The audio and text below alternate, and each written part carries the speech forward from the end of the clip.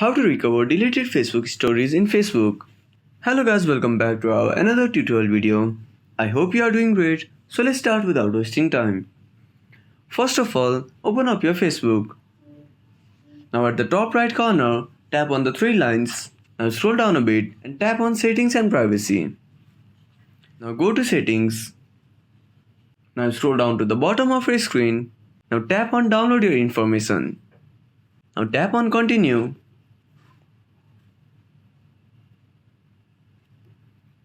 Now tap on Download or Transfer information. Now select your Facebook ID and tap on Next. Now select specific types of information.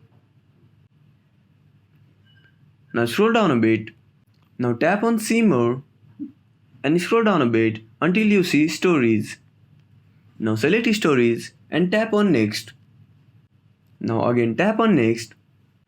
Now select your date range and tap on Save.